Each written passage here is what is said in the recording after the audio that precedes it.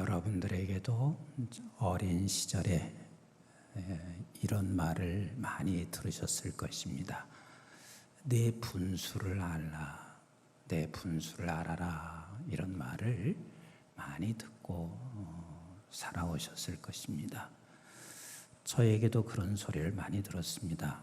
내 분수를 알아라. 근데 그때는 이 말이 그저 내가 어떤 행동을 하는 걸 제한시키는구나, 이런 생각을 했습니다. 그런데 조금씩 세월이 지나면서 이 말이 얼마나 귀한 말인지를 알기 시작합니다. 사실 내 분수를 알라 하는 말은 자기의 한계를 알아라, 그 말이에요.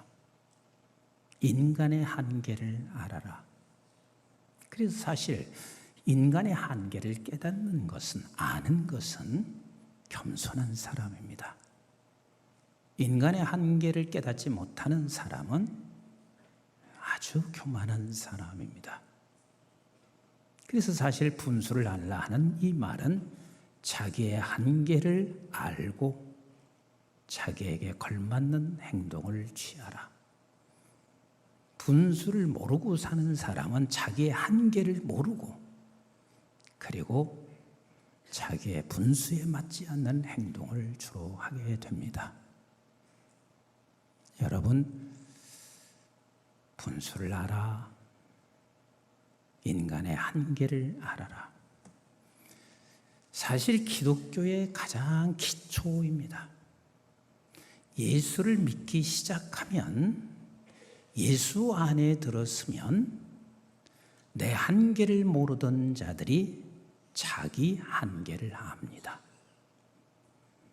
내가 영생의 자리에 들어서는 그 순간 내가 영생을 얻을 수 있는 자신이 아니라는 사실부터 고백합니다.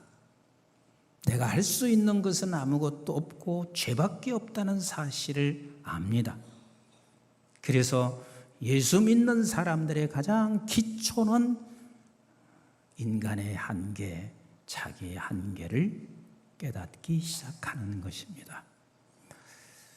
여러분들도 마찬가지고 저도 그렇습니다.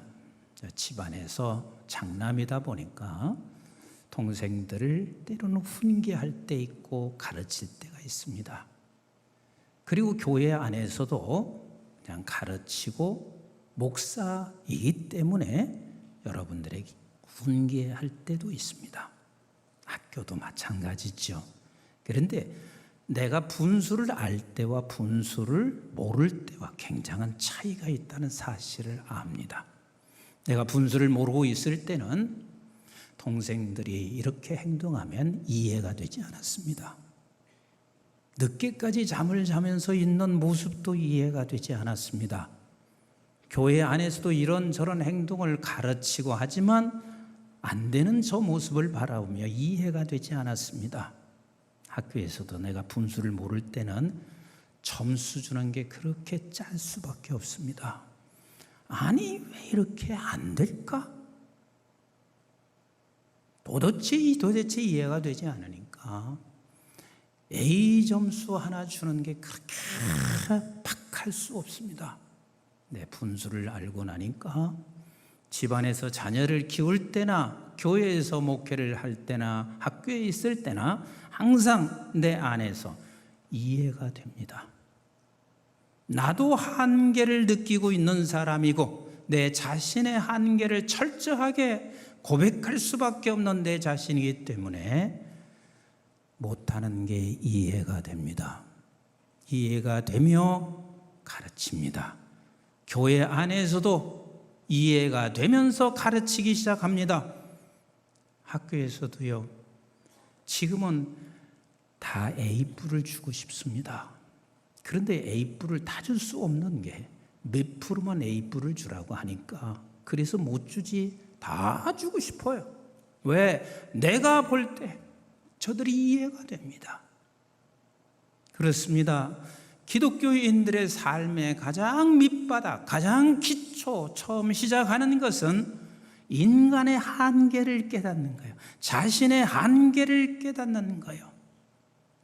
오늘 여섯 번째 재앙이 하나님께서 바로와 그 모든 백성 앞에서 여섯 번째 재앙을 내리고 있습니다.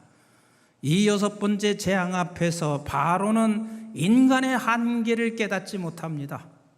이게 바로요. 우리가 예수를 믿으면서도 인간의 한계를 깨닫지 않고 그것을 고백하지 않는다면 예수 안에 있으면서도 오늘 그 순간은 바로처럼 행할 수밖에 없습니다. 오늘 여섯 번째 재앙이 뭔가요? 우리 한번 8절부터 같이 읽어보도록 하겠습니다. 시작.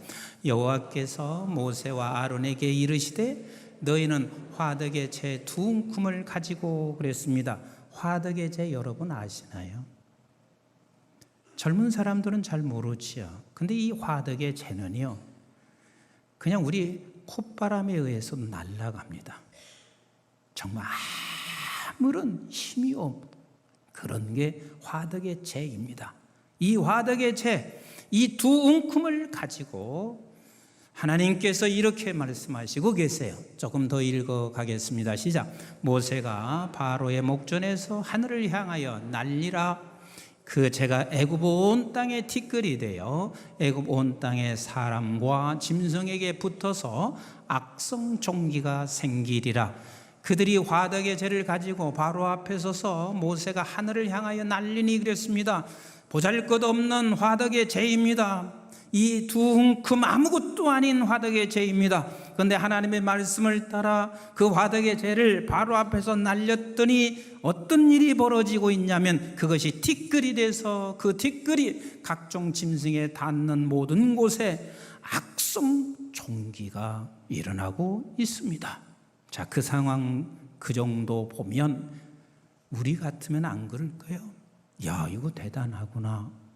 어떻게 이 재가, 보잘것없는 재가 저렇게 저 짐승에게 티끌이 붙으면서 악성 종기가 생길 수 있을까? 그럴 것입니다. 그런데요, 바로는 그렇지 않습니다. 우리 한번 11절 말씀을 같이 봐요. 시작. 요술사들도 악성 종기로 말미암아 그 모세 앞에 서지 못하니 악성 종기가 요술사들로부터 애굽 모든 사람에게 생겼음이라 그랬습니다.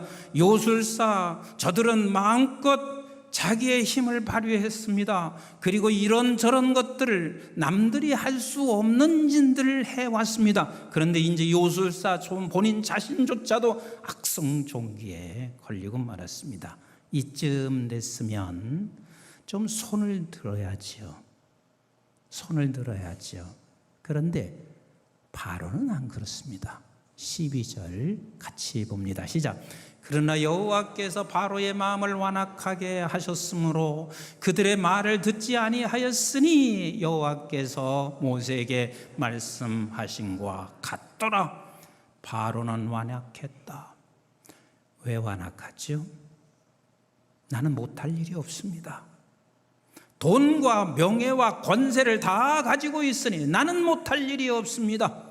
지금 그까지 여섯 번째 재앙까지 이루어진다 할지라도 나는 아직도 할 일이 있고 나는 얼마든지 할 수 있다고 생각합니다.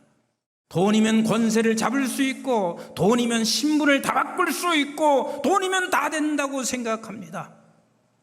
바로의 습성, 바로의 마음, 이게 우리 모두에게 다 있습니다. 그러나 예수 믿는, 예수 안에 있는 사람들은 어디서부터 출발한다고요? 인간의 한계를 고백합니다. 인간의 한계를 고백합니다. 근데 그 예수 믿는 사람은 인간의 한계를 고백하고 거기서 멈추지 않아요. 왜? 인간의 한계를 고백하는 사람은 포기할 수 있습니다. 절망할 수 있습니다. 그러나 예수 안에, 예수 그리스도로 인하여 우리가 신분이 바뀌어진 예수의 사람들은 한계를 고백하지만 우리 하나님이 우리의 아버지심을 고백합니다. 한 줌의 재 같은 그러나 한 줌의 재 같은 것을 우리 하나님의 손에 붙잡히면 어마어마한 역사를 일으킨다는 사실을 우리는 압니다. 이게 예수 믿는 사람이에요. 이게 세상 사랑과 다릅니다. 사랑하는 성도 여러분, 하나님이 우리 아버지십니다. 아멘이 그것밖에 안 되시죠. 하나님이 우리 아버지십니다. 하나님이 우리 아버지십니다. 하나님이 우리 아버지세요. 우리가 예수를 믿는다는 것은 인간의 한계를 고백하는 거예요. 철저하게 나는 한 줌의 재 같은 존재라는 사실을 고백하는 거예요. 그러나 내게는 모든 것을 가능케 하시는, 온 우주 만물을 창조하신 우리 하나님이 내 아버지시라는 것을 고백하는 거예요. 그러기에 나는 그분에게 기도할 수 있는 사람이 되고 기도하면서 살아가는 거예요.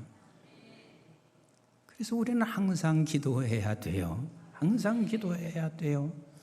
식사하면서도 요즘 사람들은 기도 않더라고. 그래서 왜 왔냐 그랬더니 우리 할아버지가 기도하시는데 10분씩 기도하는데 나 속으로 다 기도해요 그러시더라고. 근데 여러분, 식사하면서도 내가 그리스도인으로 내 한계를 알고 그리고 하나님이 내 아버지신 것을 알면은요, 당연히 기도하셔야죠. 하나님, 내가 먹을 수 있게 하신 하나님 감사해요. 이것을 먹고 아버지 하나님의 영광을 돌리게 해주세요. 차를 타면서 저도 기도하고 갔는데도 가끔 부딪힐 때도 있어요. 그런데 그래도 우리가 자동차를 타면 반드시 기도해야지요.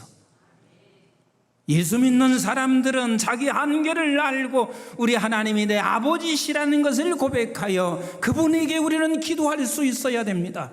여러분, 목사도 마찬가지예요. 설교 잘못하면 매너리즘에 빠지게 되어 있습니다. 그래, 항상 하는 설교 오늘 또 할 수 있다고 생각할 수 있습니다. 그러나 내 한계를 알고 그리고 하나님이 내 아버지시라는 사실을 고백하는 사람은 설교하면서 준비하면서도 기도할 수밖에 없어요.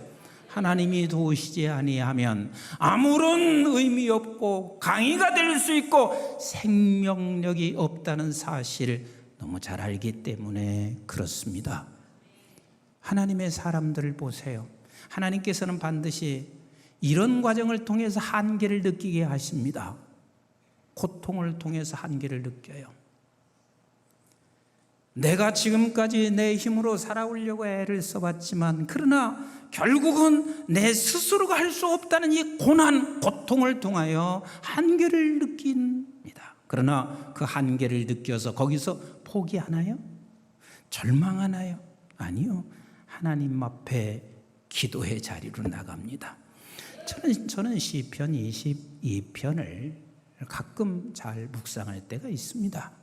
그런데 시편 22편을 보면 그 22편이 어떤 배경을 가지고 시편이 기록되어 있는지를 잘 몰라요. 왜?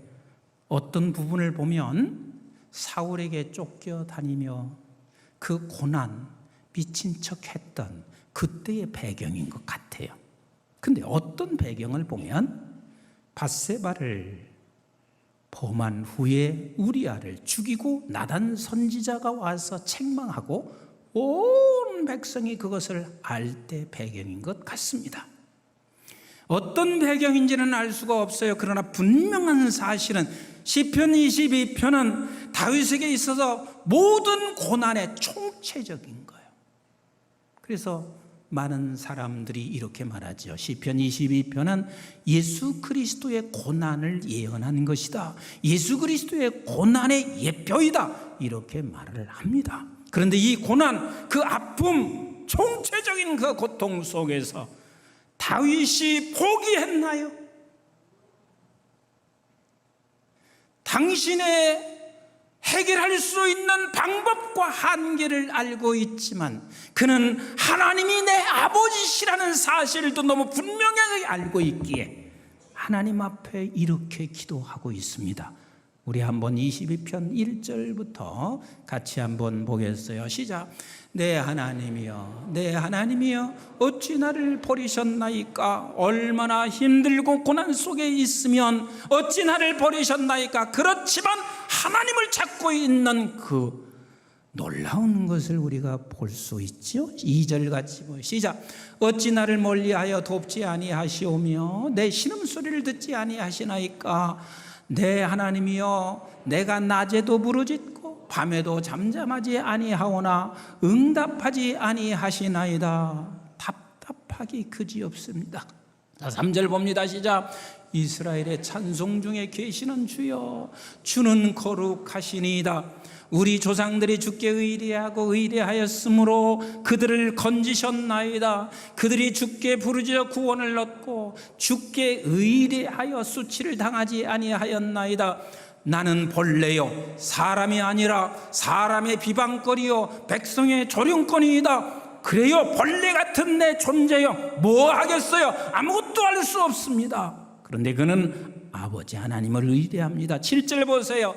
나를 보는 자는 다 나를 비웃으며 입술을 비죽거리고 머리를 흔들며 말하되 그가 여호와께 의탁하니 구원하실 걸, 그를 기뻐하시니 건지실 걸 하나이다. 오직 주께서 나를 모태에서 나오게 하시고 내 어머니의 젖을 먹을 때에 의지하게 하셨나이다. 내가 날 때부터 주께 맡긴 바 되었고 모태에서 나올 때부터 주는 나의 하나님이 되셨나이다.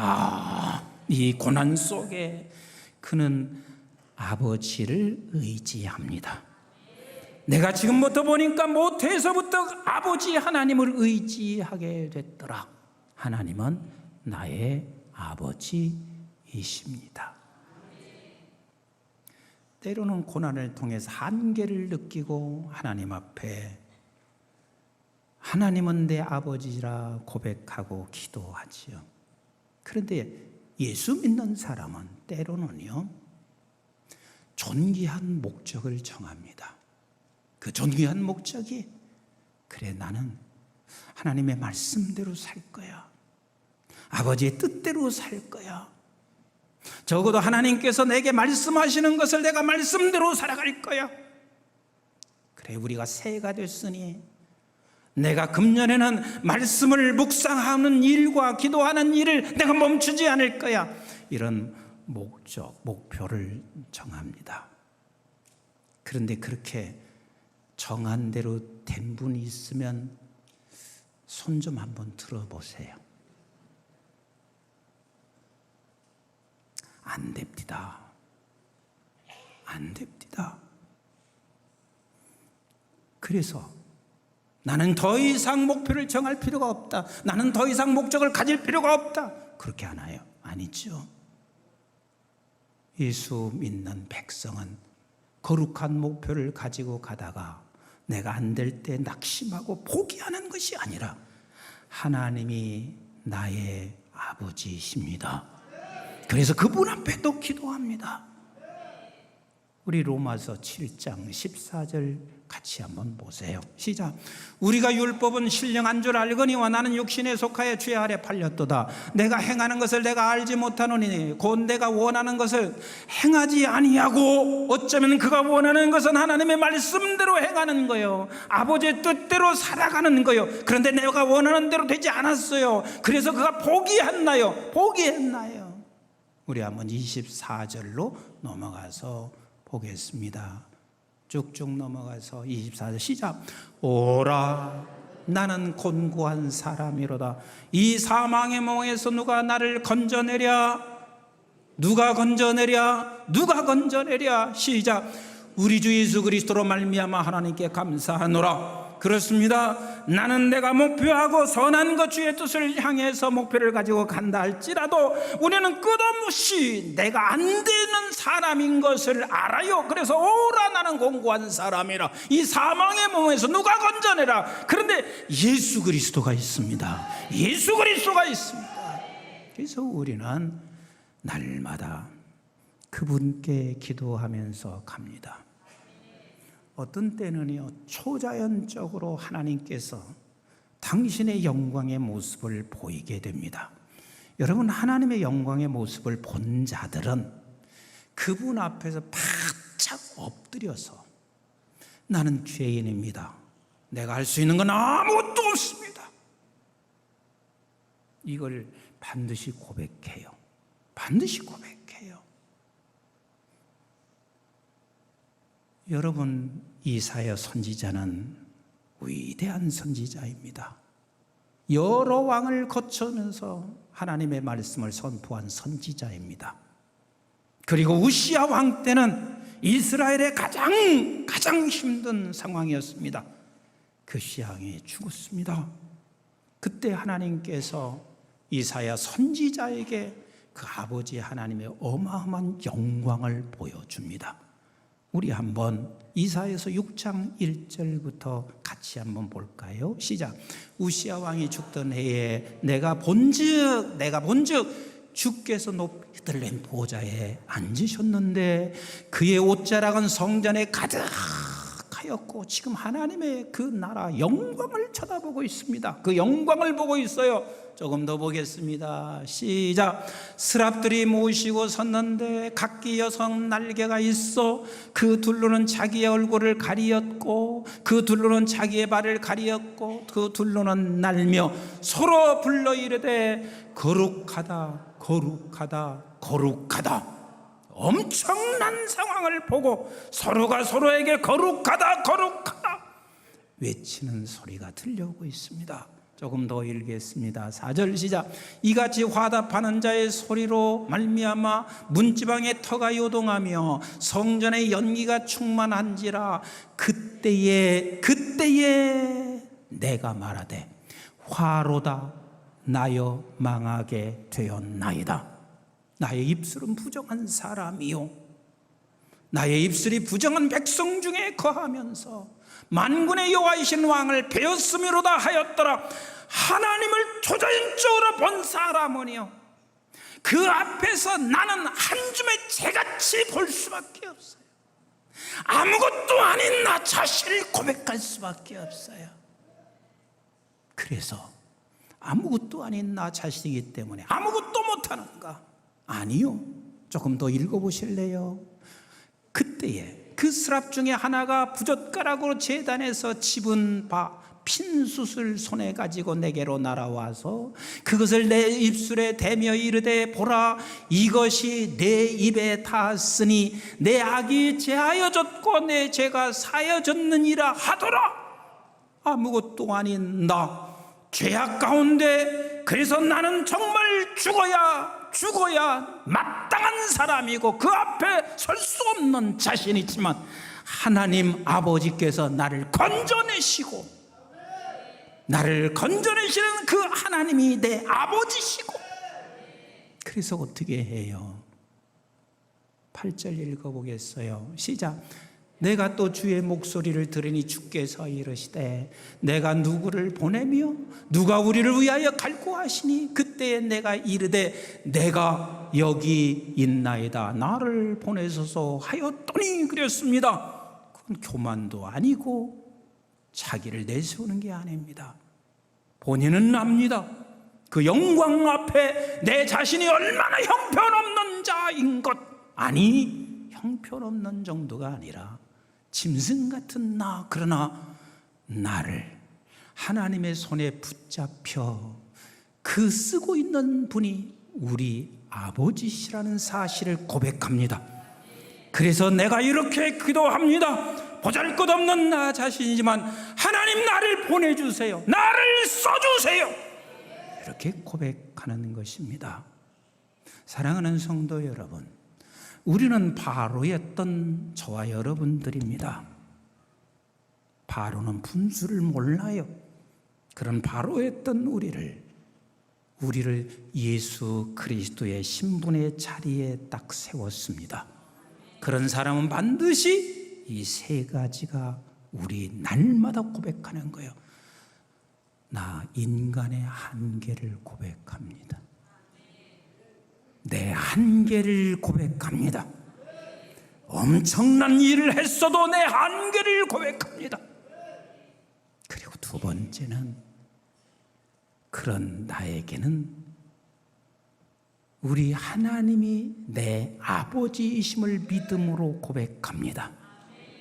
그래서 그 현실 앞에 그 아버지께 세 번째는 기도하는 사람으로 살아갑니다. 하나님은 그 사람을 통하여 하나님의 뜻을 이루어 갈 것이며 하나님의 나라를 세워갈 것입니다.